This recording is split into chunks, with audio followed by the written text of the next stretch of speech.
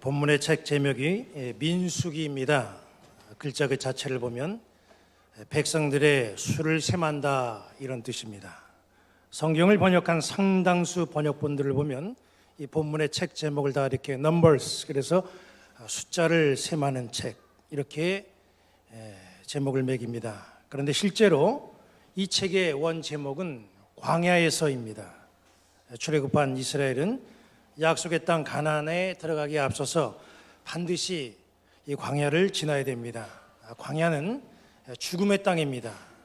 환경이 좋지 않기 때문에 참 지나가기가 쉽지가 않습니다. 그래서 하나님은 광야를 지나가는 데 있어서 이렇게 지나가라, 삶의 지침서를 백성들에게 주셨는데 그것이 바로 오늘 우리가 대하는 바로 이 민수기입니다.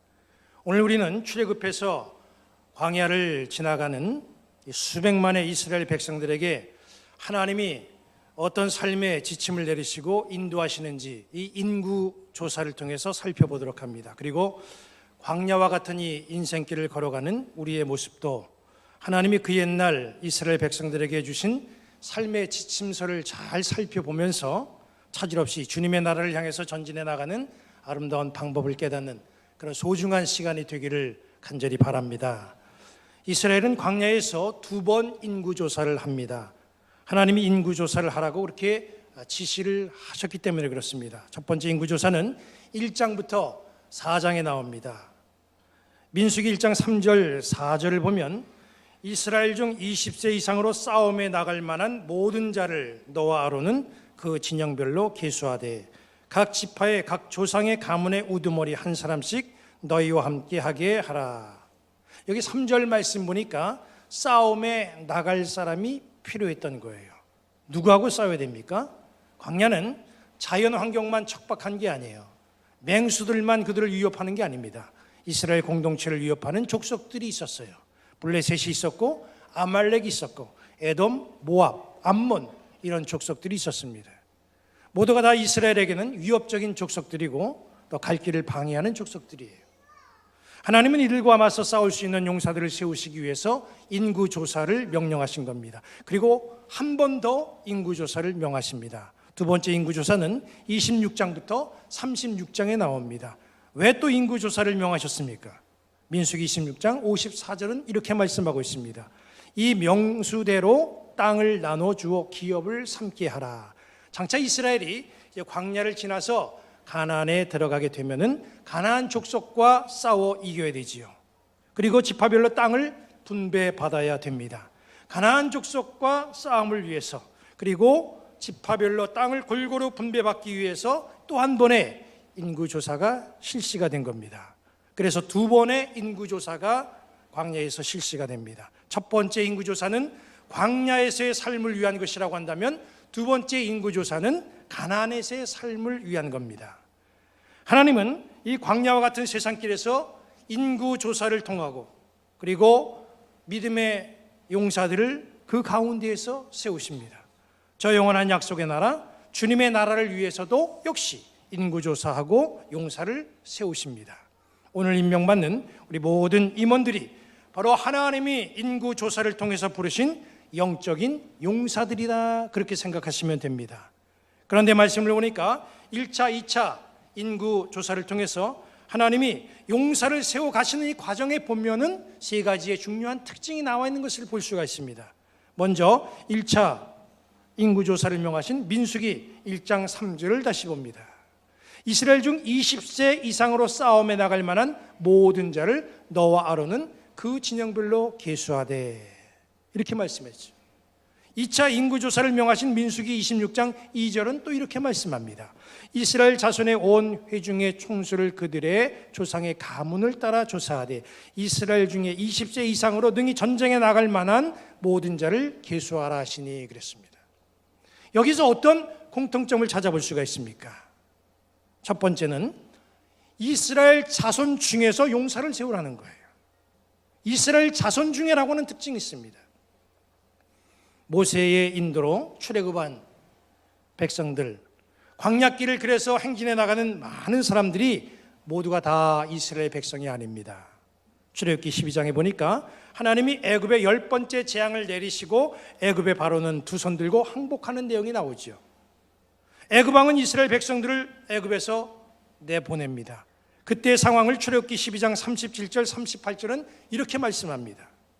이스라엘 자손이 라암셋을 떠나서 숫곳에 이르니 유아 외에 보행하는 장정이 60만 가량이요 수많은 잡족과 양과 소와 심이 많은 가축이 그들과 함께 하였으며 그랬습니다. 엄청난 숫자가 출애굽을 했어요. 그러나 모두가 다 이스라엘 백성이 아니라는 겁니다. 38절에 어떻게 말씀하고 있습니까? 수많은 잡족이 이스라엘과 함께 섞여서 출애굽을 했다고 말씀하고 있어요. 이스라엘 말고 잡다한 족속이 그 가운데 섞여 있었다는 거예요. 상당한 숫자의 잡족들이 이스라엘과 섞여서 광야길을 지금 함께 행진해 나가고 있어요. 그렇기 때문에 모두가 다 이 광야길에서 용사로 선발될 수 있는 자격자가 될 수 없다는 거예요. 오직 이스라엘 백성 중에서만 용사를 선발하라는 거예요. 오늘날 수많은 사람들이 이 인생의 광야길을 행진해 나갑니다. 믿는 사람, 믿지 않는 사람, 여러 부류의 사람들이 함께 섞여서 이 광야길을 가고 있어요. 믿는 자든 믿지 않는 자든 모두가 다 만나를 먹는 은혜를 누립니다. 모두가 다 반석에서 나오는 물을 마시면서 그 은혜를 입고 우리는 광야길을 걸어가고 있어요. 이 세상 광야길에서 하나님의 은혜는 차별 없이 누구에게나 다 주어집니다. 그러나 은혜를 입었다고 해도 모두가 다 영적 용사로 세워지는 것은 아니에요. 하나님의 부르심에 합당한 족속이 되어야 영적 전쟁에 참여할 수 있는 용사가 된다는 거죠. 그리고 영적 전쟁에 참여한 사람만이 약속의 땅 가나안을 분배받을 수가 있습니다. 2017년 인생의 광야길을 시작하는 우리는 모두가 다 누릴 수 있는 은혜 위에도 특별히 영적 전쟁을 함에 있어서 주님의 용사로 부름받는 특별한 사람들 되시기를 주님의 이름으로 간절히 축원합니다. 부름받은 용사들은 나를 불러주신 우리 주님의 은혜에 감사하면서 정말 멋진 용사로 쓰임받는 자들이 되시기를 간절히 축원합니다. 그리고 영적 전쟁을 다 마치고 저 영원한 하나님의 나라를 분배받고 언약 백성들로서 언약의 지파된 자로서 아름답게 삶을 영원히 누리는 그런 사람들이 되시기를 우리 주님의 이름으로 간절히 축원합니다. 하나님이 용사를 부르시는 과정에 두 번째 특징이 뭡니까? 두 번째 특징은 민수기 1장 3절 그리고 민수기 26장 2절에 보면 이스라엘 사람 중에서 20세 이상 된 사람으로 이런 단서가 붙습니다. 용사로 쓰임받는 자격은 이스라엘 사람으로서 20세 이상 된 사람이 되어야 된다는 거예요. 이게 무슨 뜻입니까? 육체적으로 정신적으로 성숙한 사람이 용사로 부름받을 수 있다 그런 말이지요. 20세라고 하는 것은 육체적 정신적으로 성인이 되었다는 것을 뜻합니다. 우리는 이 말씀을 보면서 나의 영적 나이를 셈해 볼 줄 아는 지혜가 있어야 돼요. 아무리 신앙 세월이 흘러도 영적 나이가 20세에 미치지 못하면 영적 용사로 부름을 받을 수가 없습니다. 영적으로 성년이 되었는지를 알려면 내가 신앙생활함에 있어서 얼마나 성숙한 행동을 하고 있는가 이걸 살펴보면 됩니다. 어떤 사람들은 교회는 오래 다녔는데 행동하는 신앙적인 모습을 보면 영적으로 어린아이의 모습을 아직도 버리지 못하는 사람들이 있어요. 이런 모습에 대해서 바울은 고린도전서 13장 11절에 이렇게 말씀합니다. 내가 어렸을 때에는 말하는 것이 어린아이와 같고 깨닫는 것이 어린아이와 같고 생각하는 것이 어린아이와 같다가 장성한 사람이 되어서는 어린아이의 일을 버렸노라. 성인이 되면 달라져야 됩니다. 2017년도 이제 시작이 됐습니다. 우리의 신앙 경력은 또 한 해를 더하게 됐습니다. 나의 신앙생활 경력을 보면서 나의 영적인 나이를 셈할 줄 아는 그런 지혜가 여러분들 가운데 있게 되기를 간절히 바랍니다. 마지막 세 번째로 하나님의 용사로 부름받는 그 과정 속에서 그 특징이 무엇입니까? 첫 번째 인구 조사할 때와 두 번째 인구 조사할 때 인구수가 별반 차이가 없다는 거예요. 첫 번째 인구 조사가 실시되고 훨씬 뒤에 두 번째 인구 조사가 실시되었어요. 그런데 그 사이에는요 큰 일들이 있었어요. 민수기 11장에 보면 이스라엘이 기브롯 핫다와에서 만나 외에는 먹을 것이 없게 되었을 때에 불평하고 원망하면서 모세에게 대적하다가 하나님의 진노로 많은 사람들이 죽게 되지요. 이 일에 대해서 민수기 11장 33절, 34절은 이렇게 말씀하고 있습니다. 고기가 아직 이 사이에 있어 씹히기 전에 여호와께서 백성에게 대하여 진노하사 심히 큰 재앙으로 치셨으므로 그곳 이름을 기브롯 핫다와라 불렀으니 욕심을 낸 백성을 거기 장사함이었더라. 민수기 16장에 보면 반역한 백성이 심판받는 일이 발생됩니다. 민수기 16장 32절, 33절을 봅니다. 땅이 그 입을 열어 그들과 그들의 집과 고라에게 속한 모든 사람과 그들의 재물을 삼키매 그들과 그의 모든 재물이 산채로 수월에 빠지며 땅이 그 위에 덮이니 그들이 회중 가운데서 망하니라. 민수기 21장을 보면 백성들이 하나님과 모세를 원망하다가 큰 일을 당하는 모습을 보게 되죠. 민수기 21장 6절을 봅니다. 여호와께서 불뱀들을 백성 중에 보내어 백성을 물게 하심으로 이스라엘 백성 중에 죽은 자가 많은지라 그랬습니다.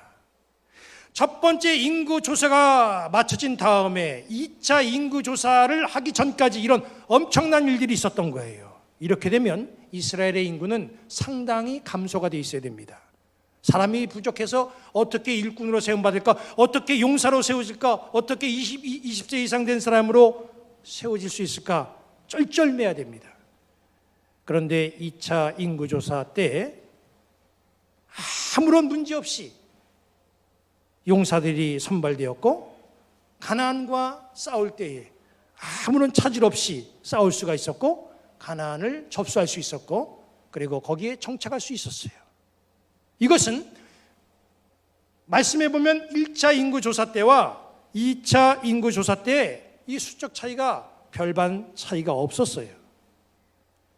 오늘날 많은 사람들이 이러다가 기독교가 소멸되는 게 아니냐 이런 우리의 목소리를 냅니다. 그렇지가 않습니다. 왜냐하면 인생의 광야길 진행은 하나님의 계획에 의해서 진행되어 나가는 것이고 하나님이 일하시기 때문에 그렇습니다. 이스라엘을 위한 하나님의 계획은 분명합니다. 그리고 그 계획은 마침내 이루어졌어요. 치시기도 하셨지만 세워주시고 감싸주시고 채워주시는 분이 바로 우리 하나님이십니다. 다만 사명을 감당하지 못하면 그 촛대는 옮겨질 수가 있어요. 이 나라가 구원의 사명을 감당하지 못하면 저 나라로 옮겨질 수가 있습니다. 이 교회가 이 사명을 감당하지 못하면 저 교회로 넘어가는 거예요. 내가 못하고 안 하면 하나님의 역사는 거기서 끝나는 게 아니라 다른 사람에게 그 용사의 자격이 넘어간다는 거죠. 요한계시록 3장 11절에 보면 하나님은 빌라델비아 교회에게 이렇게 말씀을 주셨어요. 내가 속히 오리니 내가 가진 것을 굳게 잡아 아무도 내 멸류관을 빼앗지 못하게 하라. 그렇기 때문에 나에게 주어진 사명의 기회를 절대 우리는 소홀히 여기거나 놓쳐서는 안 됩니다. 우리는 다 이 시대의 영적 전쟁을 위해서 주님의 용사로 부름을 받았습니다.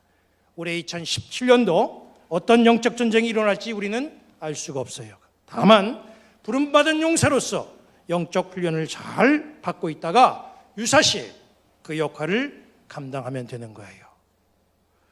나를 영적 용사로 부르시고 직분을 주신 우리 주님 앞에서 정말 최선을 다해 그 사명들을 감당하는 능력 있는 그런 영적 용사들이 되시기를 우리 주님의 이름으로 간절히 축원합니다.